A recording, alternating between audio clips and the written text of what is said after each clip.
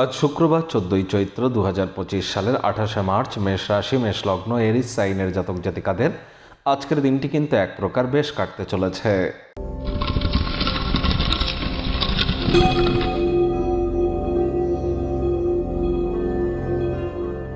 ভিডিওটির শুরুতেই স্ক্রিনে আপনারা দেখতে পাচ্ছেন দেবী মহালক্ষ্মীর গায়ত্রী মন্ত্র ওম শ্রী মহালক্ষ্মী চ বিদ্মহে বিষ্ণুপত্নাই চ ধীমহি তন্ন লক্ষ্মী প্রচোদয়াৎ।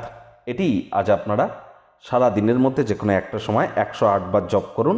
আর যারা মহিলা আছেন আজ পারলে আপনারা নিরামিষ খাদ্য খাবার খেয়ে সন্ধেবেলার সময় আপনারা উপোস থেকে, পারলে সব থেকে বেটার হয় উপোস থেকে, না হলে নিরামিষ খাদ্য খাবার খেয়ে সন্ধেবেলার সময় স্নান আদি সেরে লাল রঙের কোনো বস্ত্র বা সাদা রঙের লাল পাড় শাড়ি পরে লক্ষ্মীর ঘটের সামনে বসে লক্ষ্মীর পাঁচালি পড়ুন। এটি আপনাদেরকে বহুলাংশে উপকৃত করবে।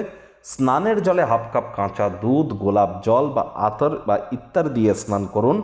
এর ফলস্বরূপ আপনাদের ডোপামিন হরমোনের মাত্রা বাড়বে, অর্থাৎ হ্যাপিনেস আপনাদের লাইফে বৃদ্ধি পাবে। প্রেমের জীবনে, রোম্যান্সের লাইফে আপনারা নিজেদেরকে আরও বেশি প্রফুল্লিত অনুভব করতে পারবেন।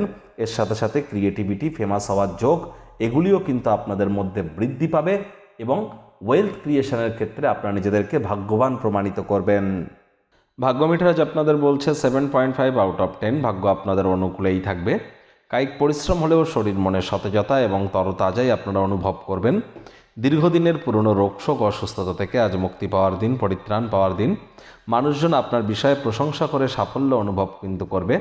অর্থগত ব্যাপারে আয় ইনকাম বাড়বে, তবে খরচও কিন্তু একটু বাড়তে চলেছে, যার কারণে সঞ্চয় কিন্তু ঘাটতি আপনাদের পড়তেই পারে। চাকরিজীবী যারা আছেন তাদের অফিসের পরিবেশ এক প্রকার বেশ, বস কলিগদের সাথে ভাব ভালোবাসাও বাড়বে।